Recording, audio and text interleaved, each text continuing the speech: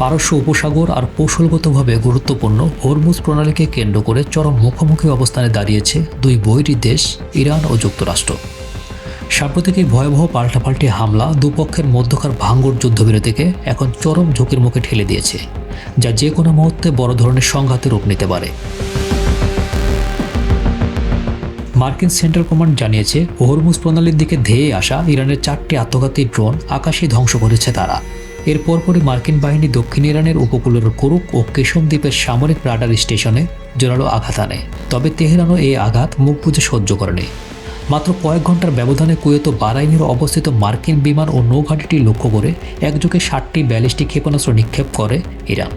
অবশ্য মার্কিন দাবি, এর মধ্যে 6টি ক্ষেপণাস্ত্রই তারা আকাশে ধ্বংস করেছে এবং কোনো ক্ষয়ক্ষতি হয়নি। মূলত গত বুধবার কুয়েত আন্তর্জাতিক বিমানবন্দরে এক রহস্যময় ড্রোন হামলায় 4 জন বাংলাদেশি সহ 60 জনেরও বেশি মানুষ আহত হওয়ার পরপরই এই উত্তেজনা নতুন রূপ নেয়।